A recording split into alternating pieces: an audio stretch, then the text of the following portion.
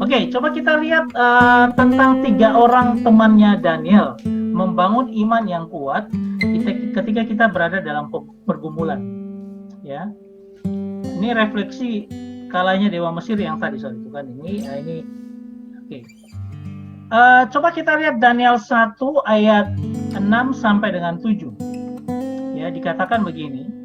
Di antara mereka itu ada juga beberapa orang Yehuda, yakni Daniel, Hanaya, Misael, Asaria. Nah, pemimpin pegawai istana itu memberi nama lain kepada mereka. Daniel dinamai Belshazzar, Hanaya dinamai Sadrak, Misael dinamai Mesak, ya, dan Asaria dinamai Abednego. Padahal nama mereka dari nama Ibrani itu sangat luar biasa. Ini nama Ibraninya, Daniel, Hanaya, Misael, Asaria. Ya. Daniel itu artinya, El itu adalah Elohim di bagian belakang. Artinya apa? Yehova adalah hakim. Itu Daniel. Sedangkan Hanaya itu namanya adalah kemurahan Tuhan. Karena ada Yah, itu sama dengan Yah. Yah itu Yahweh atau Yehova. Yah yang terakhir, ya, Yah. Nah, itu adalah kemurahan Tuhan. Misael, kembali lagi ada El, Elohim, Allah atau Tuhan yang tidak ada tandingan, Misael. Asariyah, Yah itu juga sama, ya, untuk dari kata singkat dari Yehova, yang ditolong Yehova. Nah, nama mereka ini kemudian dibulak-balik lalu diberi nama baru, Belshazzar, artinya apa? Pangeran dari Bel. Dari Yahweh yang adalah hakim menjadi pangeran yang dari Bel. Itu semacam seolah-olah turunkan, tidak dihargai, diturunkan. Karena mereka kan bukan orang Ibrani, mereka kan orang Ibrani dan bukan orang Babel, sehingga mereka diturunkan derajatnya. Hanaya yang adalah kemurahan Tuhan menjadi Sadrak, yang artinya disinari matahari. Jadi ini bicara matahari, sinar matahari. Ya, ada kekuatan matahari, dewa mereka. Misael menjadi Mesak yang artinya dewa bumi. Kemudian Abednego adalah hamba dari api yang menyala.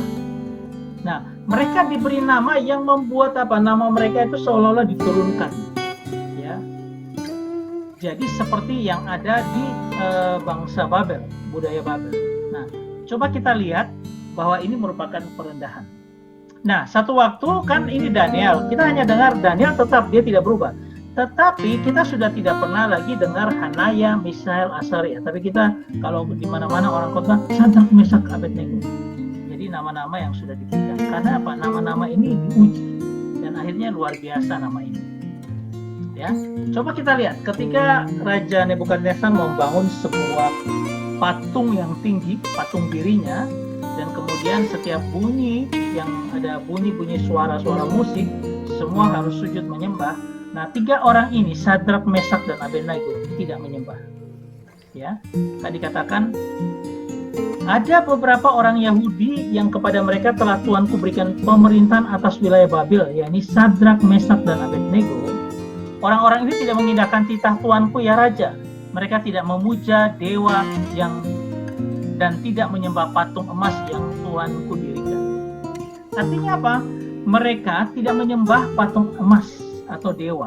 Nah, sebenarnya patung emas Babel ini atau Nebukadnezar ini katanya, saya belum pernah ngecek, tetapi di dalam bahasa Latinnya itu katanya disebut dengan Lucifer. Ya, di dalam sebuah, saya pernah baca artikel bahwa ini artinya Lucifer. Artinya apa? Di belakang patung ini ada dewa-dewa, penyembahan-penyembahan kepada dewa. Yang mana Sadrak, Mesak, dan Abednego tidak mau karena mereka hanya punya satu Tuhan. Nah, ketika itu mereka dimasukkan ke dalam api dan akhirnya mereka selamat.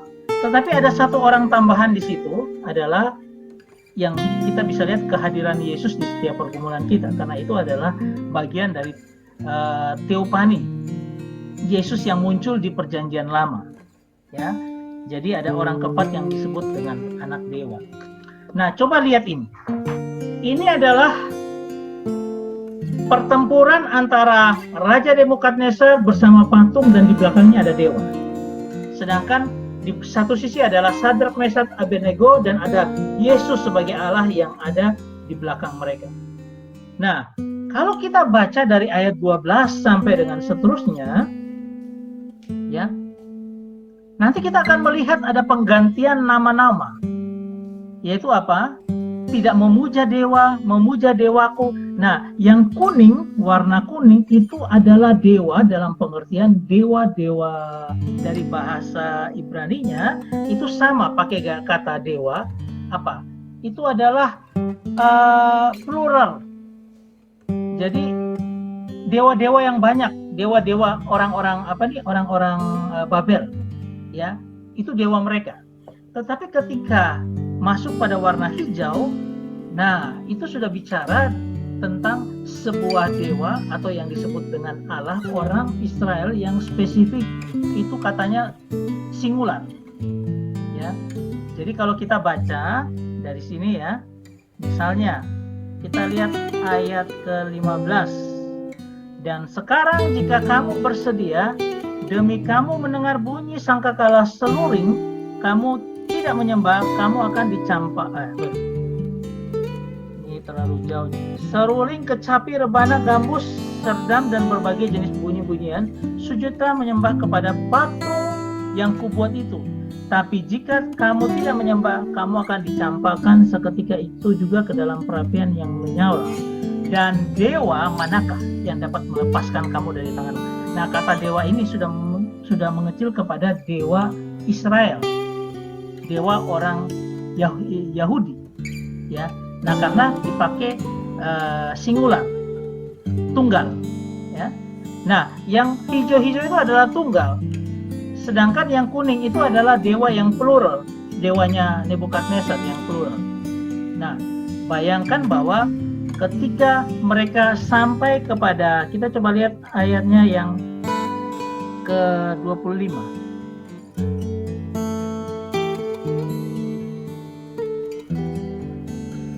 Yang apa yang ditanyakan oleh Pak ditanyakan mana ya? Nah, ayat 17 coba lihat. Ayat 17.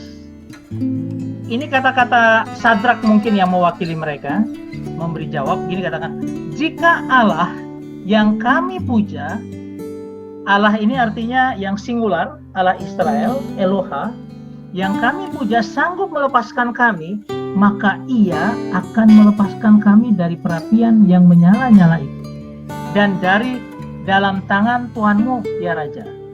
Ayat 18, seandainya tidak, hendaklah Tuhanku ketahui, ya Raja, bahwa kami tidak akan memuja dewa Tuanku itu, dan tidak akan menyembah patung emas yang Tuanku dirikan. Ingat, menyembah patung emas, dewanya, dan sebagainya, tidak bisa. Nah, ini boleh menunjukkan bagaimana iman yang luar biasa yang ditunjukkan oleh Daniel dan kawan-kawan, ya. Saudara, kira-kira kenapa ya si Sadrak, Mesak, dan Abednego ini mereka punya iman yang luar biasa seperti itu?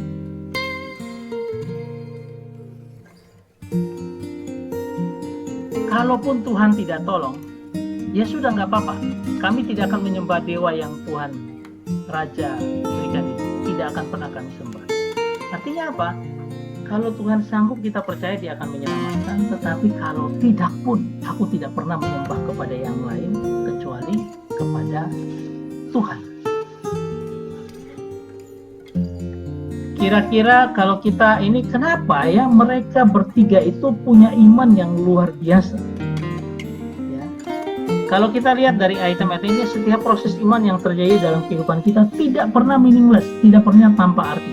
Apapun itu bisa diubah untuk kebaikan kita. Itu yang mereka imani luar biasa. Ya. Yang bagian pertama coba lihat, apapun yang terjadi dalam kehidupan kita itu akan ada kebaikan yang Tuhan lakukan untuk kita. Saudara tahu bahwa mereka punya nama ini? Coba bayangkan kalau Sadrak itu berpikir begini, kalian mau masukkan saya ke dalam api? Wong saya ini namanya Sadrak dan nama saya adalah matahari. Bagaimana api bisa menahan matahari atau menghancurkan matahari? Mesak yang dinamakan dewa bumi. Oh, kamu namakan saya dewa bumi. Bagaimana api bisa menghancurkan bumi? Di dalam bumi aja ada api yang luar biasa, lahar dan sebagainya. Tidak bisa untuk menghancurkan akan bumi. Abednego akan berkata, loh, jeruk kok makan jeruk? Kan api itu ya sama, saya juga hamba dari api. Tidak mungkin kamu masukkan saya ke dalam perapian dan saya akan hangus karena saya sendiri kamu namakan api.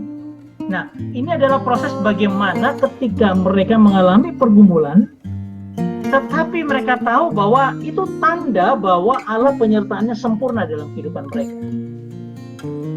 Ya, tanda bahwa tidak pernah terjadi sesuatu tanpa arti dalam kehidupan kita. Kenapa?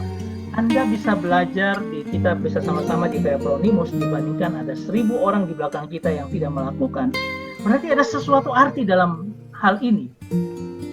Artinya apa? Untuk membangun kita bersama-sama.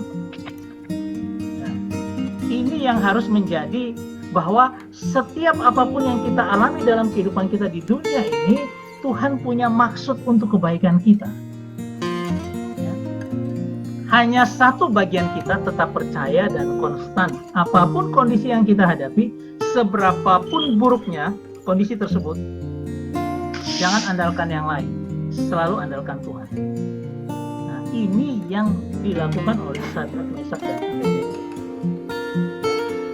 Yang tadi Pak Mul ingatkan saya untuk supaya kita bisa melihat hal ini.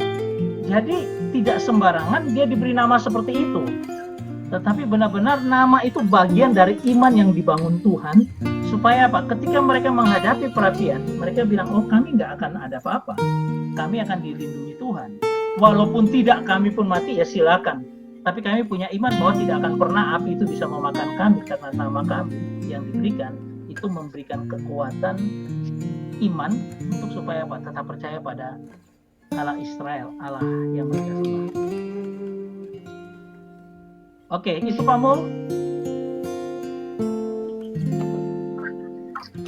Oke ya, jadi jelas ya, kita semakin dibawa untuk mengerti firman Tuhan bahwa, nah ini bagian yang terakhir ini adalah kita lebih membuka diri dengan situasi dan kondisi yang ada sekarang. Saya mau open dengan kita, kondisi sekarang seperti apa, kita coba lihat bersama.